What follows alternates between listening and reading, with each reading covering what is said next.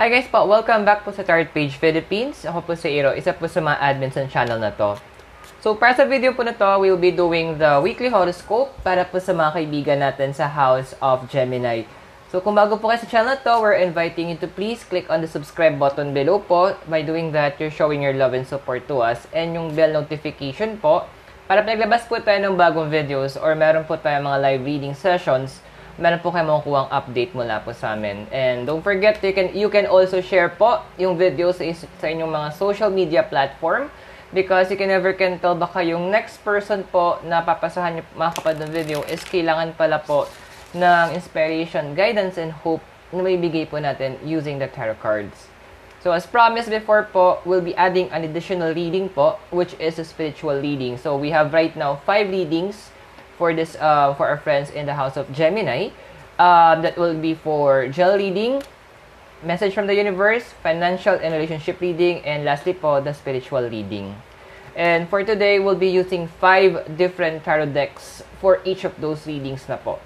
So, we'll be doing that. And guys, as a disclaimer, tandaan po natin na lahat po ng ating readings are for guidance purposes.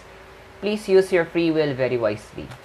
Okay, so for this, for general reading, we'll be using the Gilded Tarot deck. So, shuffle ko lang siya mabilis. Okay.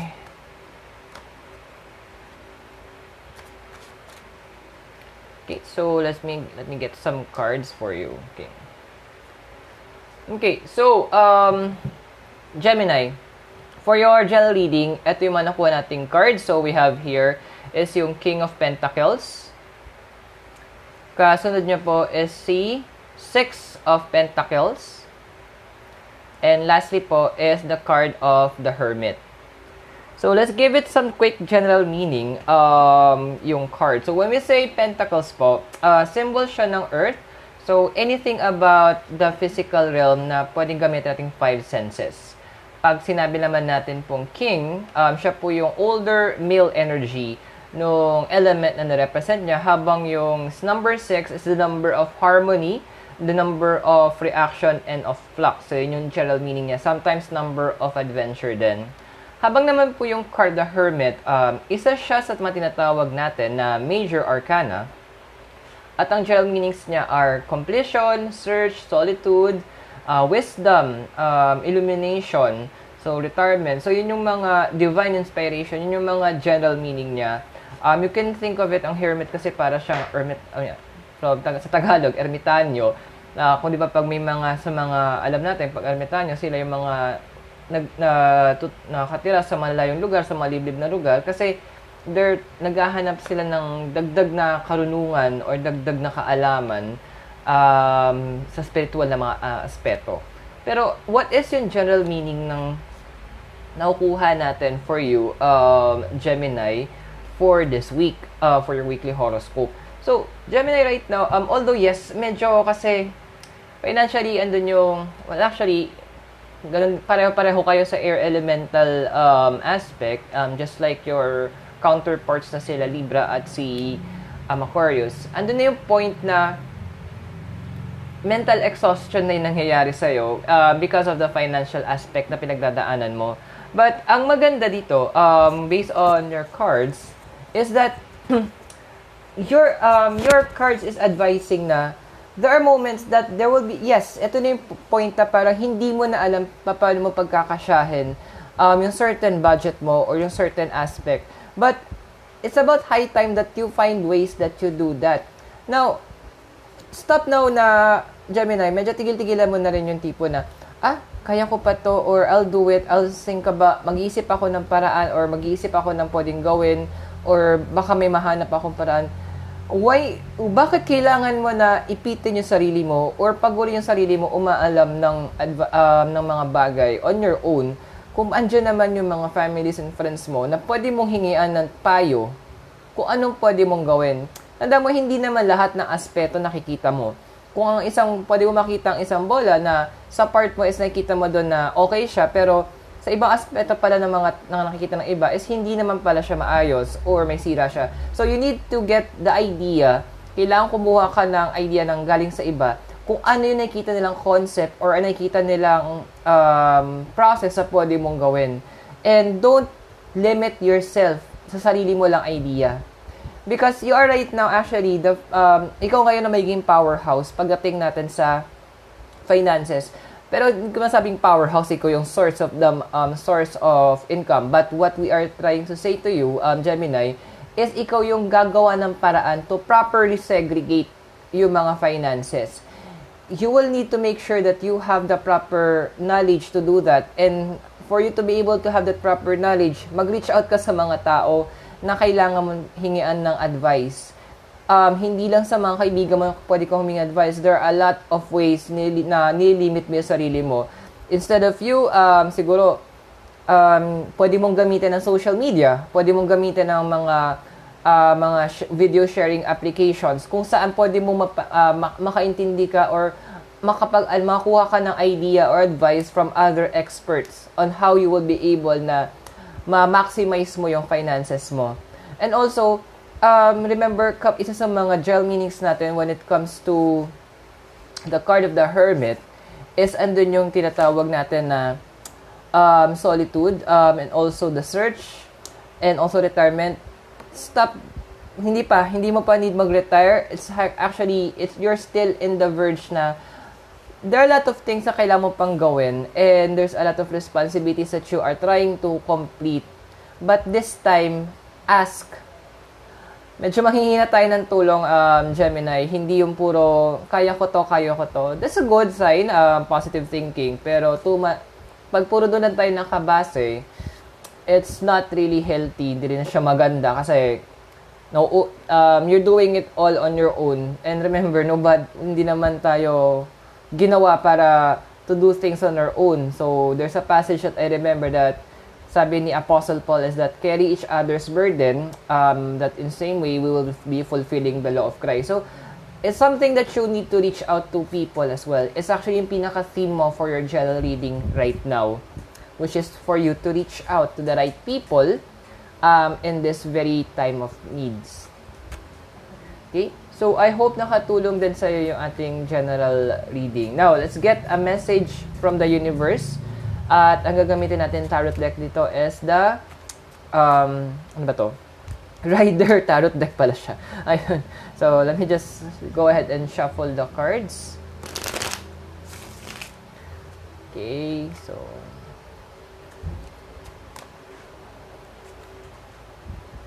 yeah, shuffle natin mabuti lang. Okay, so for the message of the universe, we have here is the Two of Wands. So when we say number 2 in basic numerology, that's the number of partnership, the number of balance, and the number of union. Habang yung Wands naman, symbol siya ng apoy, lahat ng tungkol sa passions and sa energies. So what is the message of the universe for you? Now, it's high time na the universe wants you to understand, Gemini, that there are things in life that is worth keeping.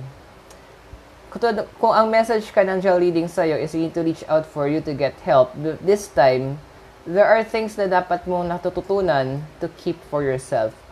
Kasi may mga there are people around you na that's what's natin ilalagay ng sa magandang pamamaraan.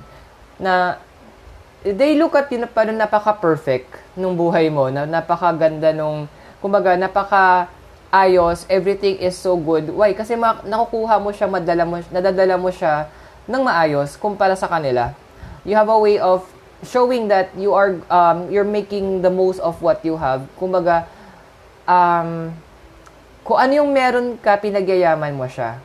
You're enjoying what you have, and naging nagpapasalamat kung ano yung ibibigay sa'yo. Hindi lang nila alam yung mga struggles mo behind that. So, yeah, people, marami talagang, they look up to you, at yung iba naiinggit. At dahil doon, there are people that are trying to find out, what is your secret? Which is na naman, yun yung magaling ka magtago ng secrets mo. So, there are things that you need to keep to yourself. Bakit? Kasi those are tatawag nating trade secrets mo. And the universe will help you in harnessing this. Tutulungan ka ng universe na mas pagyamanin to. Yung pagiging thankful mo sa kung ano mang meron ka. And by doing that, the more you are the more na nagpapasalamat ka, the more kang nagbibigay ng positivity into the universe. Nagko-contribute ka sa positivity sa paligid mo. You're inspiring people. Don't worry, the universe promises. Then let those inspiration be na parang buto na tinanim mo para mai-harvest mo siya in the right time. So continue what you are doing right now, Gemini. Be an inspiration sa ibang tao sa paligid mo. I hope nakatulog din po ang message na universe din sa kanila. Okay, so let's go ahead and continue. Okay, so right now we'll be doing your financial reading at ang gagamitin natin namang deck is the Legends Tarot card. Okay, so shuffle ko lang po siya na mabilis para sa'yo, Gemini.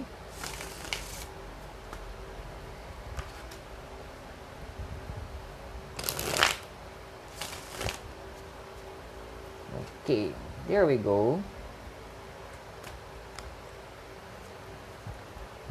Kuha tayo ng cards mo.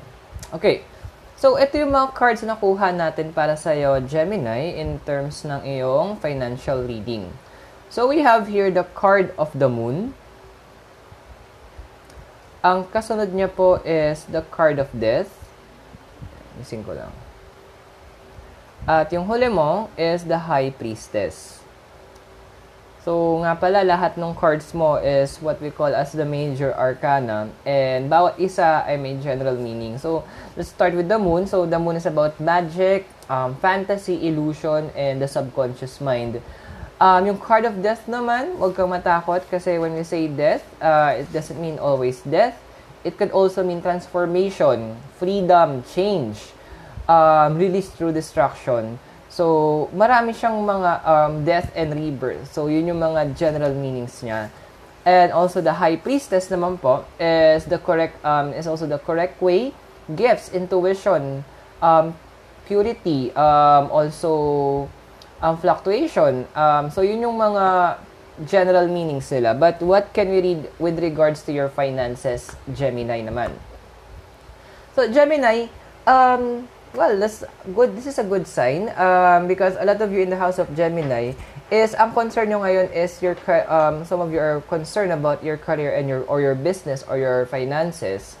And this is a good sign because there's a lot of you in the house of Gemini na we are seeing here sa card ng possible some of you may have a promotion or increase sa finances mo.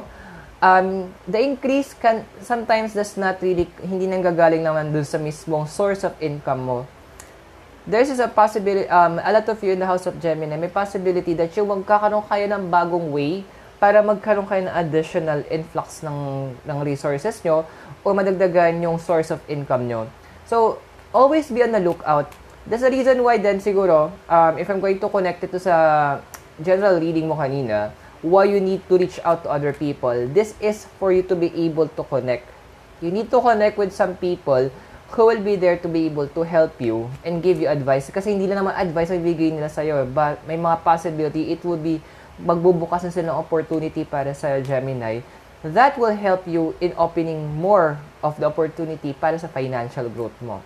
Because they will be the one na, kumbaga, you will be connecting with people. It will be a network of change or a network of people na mapapadala sa'yo ng universe.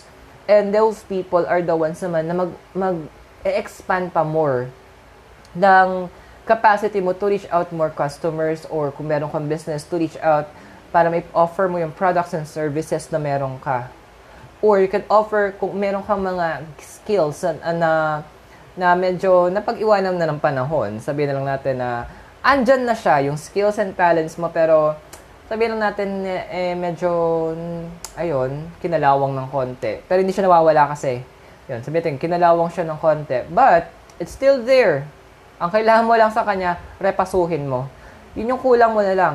You need to make sure that kaya mong repasuhin yung mga bagay na to because from there, kaya mo yung angat yung sarili mo. This is about, your finances is about partnership as well.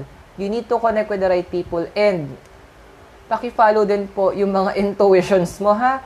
Kasi maraming beses ka nasalba dito na parang feeling mo you shouldn't be trusting this person na ibang tao naman parang okay naman siya, bakit hindi? pero bandang huli, napapatunayan tama ka eh. So, learn how to use it again. Kumbaga, yung hindi siya first impression sa'yo, talagang sabi lang natin, it's your third eye na insights mo, yung insight mo, nakikita mo na what is wrong or what's going to happen wrong, kung ano yung dapat mong iwasan, ano yung nakita mong mali. So, it's actually your third eye. So, guys, yung third eye, hindi lang po yung puro multo-multo, ha. So, this is the insight that you have. Maximize mo yung gift mo ng third eye.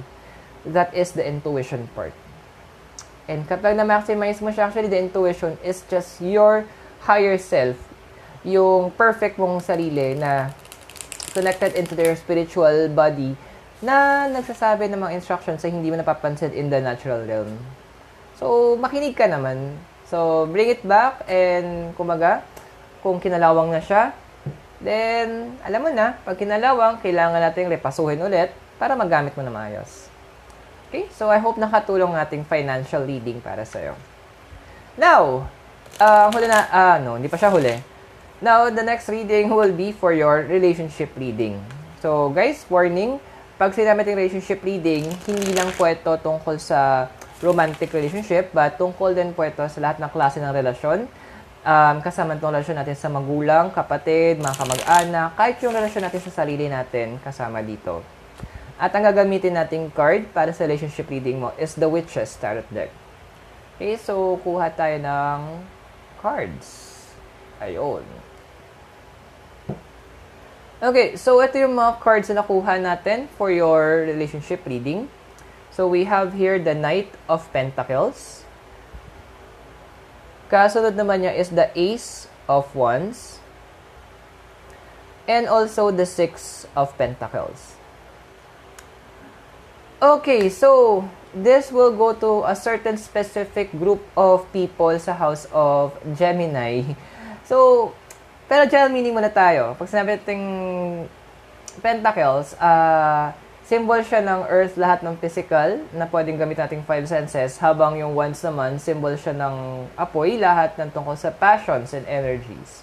Now, pag sinabi nating Knight, siya yung younger male energy ng element na nirepresent niya. Number 1, or Ace, siya yung tinatawag natin the number of beginning, creations, and pioneering, habang yung number 6 is about the number of reactions or the number of change and also the number of harmony. So, what is the message or the reading na meron tayo naman para sa'yo, Gemini? So, nabanggit ko nga, medyo specific tong klase ng reading na to a group ng tao within the house of Gemini.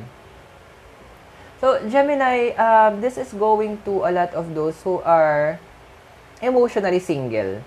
Bakit emotionally single? Kasi may mga tao kasi nasa relasyon pa rin sila. Pero, andun yung point na hindi naman nila, parang sinabi nilang may relasyon, pero yung heart wala na. So, if you're one of them, this is para sa'yo to.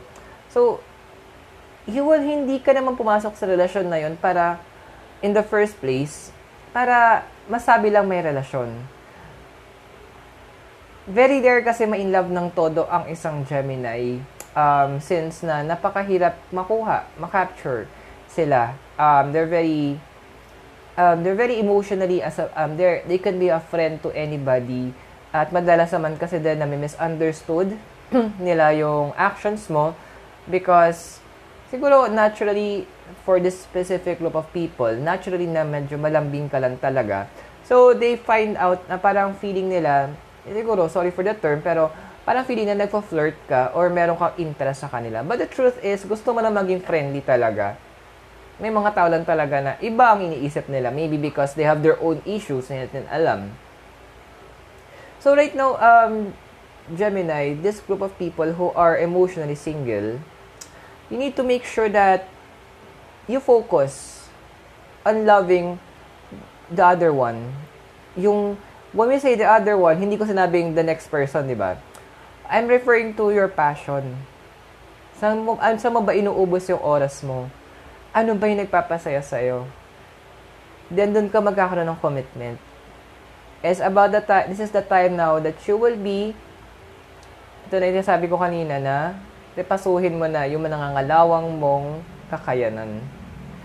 You need to you need to rekindle yung fire, yung passion mo into those parts of you na nagpapasaya sa'yo.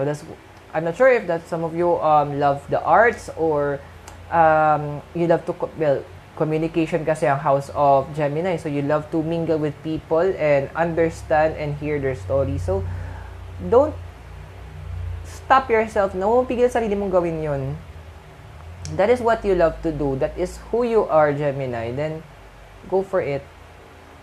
Something that you really need to do. And you don't need to do, hindi mo naman kailangan lumayo para gawin yun. Actually, it's within your reach. Nasa paligid mo lang. The things that really makes you happy, that makes you smile. So, wag mo nang hayaang mag-let go yun. Renew the commitment that you have to yourself. Okay? So, I hope nakatulong yung relationship reading natin para sa'yo.